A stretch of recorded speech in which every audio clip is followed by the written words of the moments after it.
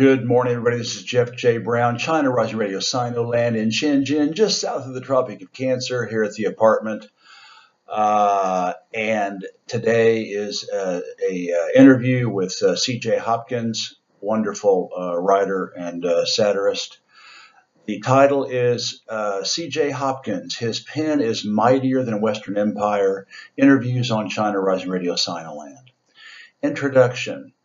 CJ, thanks to Patrice Granville, I learned about you and your work when he posted on the Greenville Post, and I have all the hyperlinks, your recent article about identity politics. I reached out to you and you kindly agreed to be on my show. CJ Hopkins is a writer and playwright based in Berlin, Germany. He can be reached at CJ Hopkins at cjhopkins.com, his email, as well as 2 Twitter accounts, which are noted. His book and plays can be had here on Amazon, also duly noted. His website, where you can buy his books and see his journalism, he's a regular writer, is at Consent Factory, consentfactory.org, consentfactory.org. Our interview. Question number 1 by me. CJ, please tell us about yourself as much as you'd like, past, present, and your generation growing up in your professional life. His answer. I grew up in the 1960s and early 70s in front of a television set. Number 2. Please tell us about the arc of your awareness that what you were taught at school and in the U.S. media is what I call the big lie propaganda machine. Was it a slow evolution, or did a particular experience or a series of happenings cause you to have an epiphany? CJ's answer: I can't remember ever not being aware of it. It's pretty hard to miss. It took me a lot longer. Number 3, has your journey to the white light of truth caused you to lose old friends and alienate you from your family, or have they been accepting of your work and lifestyle? This is CJ's answer. I don't know about the white light of truth, but I've been the way I am all my life, so my friends and family accept that. I probably alienated a few old friends since Trump got elected. As you know, most of my political satire is aimed at global capitalism and global capitalist ideology and propaganda, which a lot of liberals and even some folks who consider themselves leftists misinterpret as support for Trump. Popular political discourse has been dumbed down to the level where anything one says is immediately categorized as either pro-Trump or anti-Trump, and increasingly fascist or anti-fascist. According to that simplistic mindset, if you're criticizing the corporate media and the neoliberal resistance, as I've been doing, you must be a Trump supporter, if not an outright fascist. This is a dangerously infantile way of thinking, of course, this kind of good versus evil hysteria that usually prevails during times of war, when an enemy needs to be demonized and no space for complexity or critical thinking can be allowed. Question number 4. Why did you choose to live in Berlin, say, compared to other European capitals or New York, LA, etc.? CJ's answer is, Berlin in 2004 reminded me of San Francisco in the late 1980s, before the dot-com boom. It was poor but sexy. That was the official motto, actually. It has gentrified a lot since then, but it's still a major European city where artists can live and work. New York has become a hyper-expensive playground for the super rich.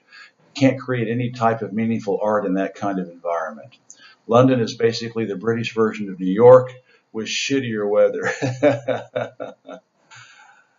Question number 5. Tell us about your book, Zone 23. It's a darkly comic dystopian satire about being human, all too human. Set in the post-catastrophic future in a smiley, happy, corporate-controlled society where all dissent and nonconformity has been pathologized, and the human race is being genetically corrected in order to establish everlasting peace on Earth. It's the story of two protagonists who are rebelling against normality. And the Hadley Corporation of Menominee, Wisconsin, the corporation that runs the area they live, Taylor, a class 3 antisocial person who lives in one of the Gaza-type quarantine zones, and Valentina, a normal, flips out after she finally gets pregnant with one of the genetically corrected babies. It's sort of an Orwell, Huxley, Burgess meets Vonnegut and Joseph Heller type thing. Question number 6. Tell us about a favorite play or two that you wrote. The 3 main full-length plays are Horse Country, number 1, Screw Machine / Eye Candy, or How I Learned to Stop Worrying and Love Big Bob, number 2, and number 3, The Extremists. I'm kind of tired of talking about them after all these years, but folks should check the reviews on my website or buy them and read them. They're all published. Not at all normal plays, but more like subversive performance events. I was influenced a lot by Brecht, Artaud, Absurdist, and the experimental theater of the 60s. I wanted to fuse that experimental work with popular entertainment forms like vaudeville, game shows, political talk shows. People have called Horse Country, quote, Abbott and Costello on acid, end of quote, which I think is a pretty fair description. Screw Machine Eye Candy is a late / capitalist version of the back eye. And I'll spell that. The YouTube and SoundCloud fans out there, back eye, Bacchai, Hae, I'm sorry. Bacchus. Number 7, tell us about your website where you publish your work. Why is it called The Consent Factory? I have no relationship, this is CJ talking, I have no relationship to The Consent Factory, which is a creepy half-think tank / half-consulting operation, other than I own it, and they publish all my columns. I'm unaware of any of their evil neoliberal activities which are described on their, quote, about page, nor would I be disposed to discuss any such evil activities. My guess is that the naming has something to do with Manufacturing Consent, the seminal work by Herman and Chomsky. Question number 8. Patrice Gromfield calls you the Greenville Post's in-house pundit, and that you are. Your website is a farcical send-up, and your articles are outrageously funny. I could see you writing satirical plays in ancient Greece or post-war scripts in the theater of the absurd. Who, what, where, when, how, and why inspires you? Your muses. And he answered, the classical satirists, sure, but probably mostly George Carlin, Lenny Bruce, Bill Hicks, Orwell, Heller, Vonnegut, Dickens, the Situationists, Monty Python, et al. Question number 9. Are you a member of the, quote, if I don't laugh, I'll cry, end of quote, school of thought? And CJ replied, satire, if not comedy, generally, is mostly sublimated rage and depression. Question number 10. Are you more motivated to write because of all the evil you see in the world, or the potential for a more just and equitable future for humanity's 99%? Maybe. It's possible I just have a problem with authority. I wish I could say that I saw potential for a just and equitable future for humanity's 99%, end of quote. I don't see much at the moment.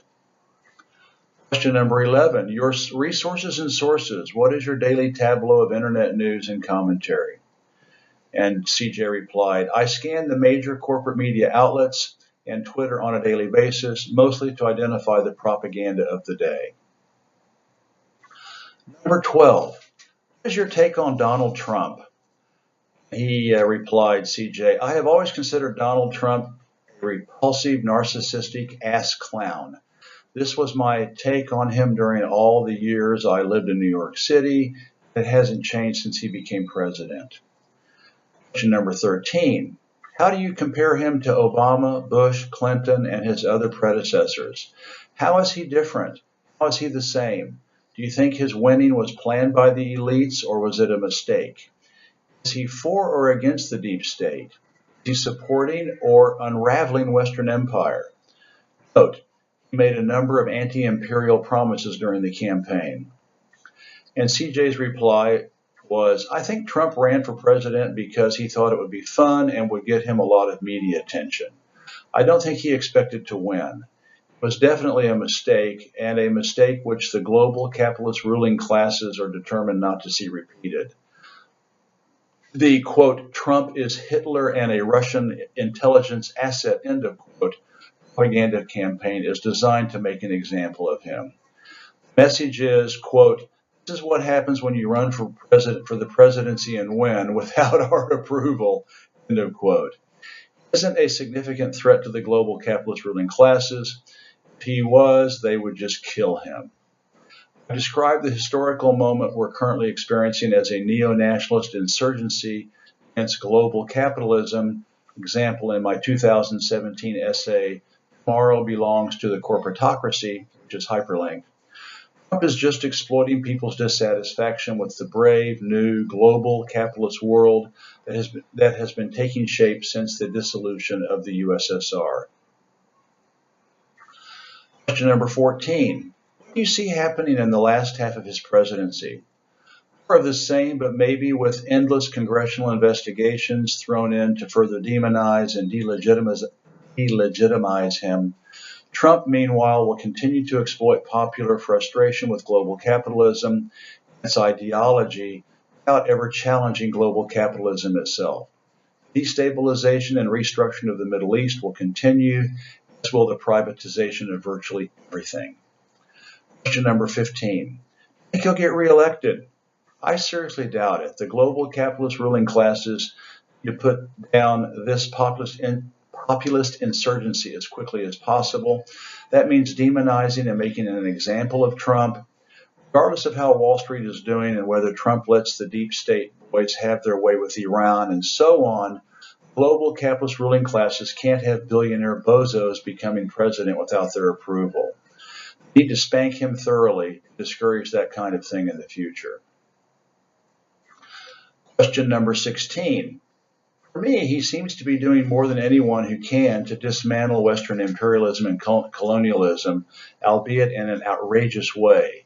If this theory is correct, is this what the deep state wants? Maybe to declare martial law / continuance of government, the COG, like after 9/11, similar to what has been done in France since Francois Hollande was president, a country now under a permanent state of emergency, with Macron dismantling France's social services by executive order, even though he has a legislative majority. CJ's answer is, I don't see how Trump is dismantling Western imperialism, i.e. global capitalism. If he were, they would just kill him. Question number 17. I have two nationalities, French and American, so I take Europe seriously. I find its obsequious kowtowing to Uncle Sam's every whim incredibly depressing. With few exceptions, Europe has no foreign and economic policies, since Charles de Gaulle anyway, other than Washington's. What do the European citizens say? Do they have any solutions to Brussels superstate corruption and neoliberalism? And CJ replied, most of my European friends are pro-EU. The AfD is scaring a lot of people here, and the Brits I know aren't Brexit fans. The main problem is that the left hasn't been offering any viable alternatives to either neoliberalism or neo-nationalism, so people are faced with an either-or choice and are choosing neoliberalism over neo-nationalism, understandably. I'm interested in the new Aufstehen, AUFSTEHEN movement and other populist leftist initiatives in Europe. If the left has a future, it's going to need to be a populist future. Question number 18. It seems like instead of moving towards socialism, the lurch is toward nationalism and fascism. Do you also see a rise of interest in socialism and communism? Just interviewed David Roebuck, who tours regularly on the old continent. He sees a hollowing out of the middle ground in Europe, with moves to both political poles. CJ replied, again, it's that either, slash, or choice thing. People are being offered a choice between global capitalism, neo-nationalism. Capitalism is essentially a values decoding slash recoding machine which eradicates any and all despotic values, example, traditional, cultural, and religious values, and replaces them with exchange value, rendering everything and everyone a commodity. It has been doing this aggressively and unopposed since the dissolution of the USSR. It's taken a while, but people are becoming increasingly unhappy living in a world where the only operating value is exchange value. Many of them are rather attached to their traditional, cultural, religious, and societal values and want to live in something resembling a society as opposed to a global marketplace where nothing means anything and everyone is an interchangeable commodity, a slightly different, quote, identity brand. At the moment, the neo-nationalists are offering the only clear alternative to global capitalism's valueless ideology. A lot of people are choosing the alternative. If the left wants to challenge global capitalism in this post-Soviet Union age and eventually draw people away from neo-nationalism, it needs to acknowledge and address people's desire for meaning and value in their lives. Question number 19. Do you acknowledge that Western elites / the deep state pull off false flags like 9/11, fake chemical attacks in Syria, MH17, mass murders / shooting terrorist acts in the West, etc.? If so, how important are they in brainwashing the masses? CJ replied, of course they do. Which specific events are false flags or to what degree doesn't interest me very much. Propaganda and official narratives don't depend on deceiving people. They depend on demanding allegiance to an official narrative. If someone published photographs of Dick Cheney personally blowing up the towers on 9/11, it wouldn't change a thing. People parrot propaganda and believe official narratives not because they have been duped or haven't learned, quote, the truth, end of quote, because they want to conform to the ideology of those in power and enjoy the benefits of doing so, or at least not be punished for not conforming. Question number 20. Are you now, or have you ever been a member of the Communist Party? And CJ replied, have you no sense of decency, sir? In closing, thank you, CJ, for participating in this interview today. This is Jeff J. Brown, China Rising Radio Sinoland, signing out from Shenzhen. Have a wonderful day. Bye.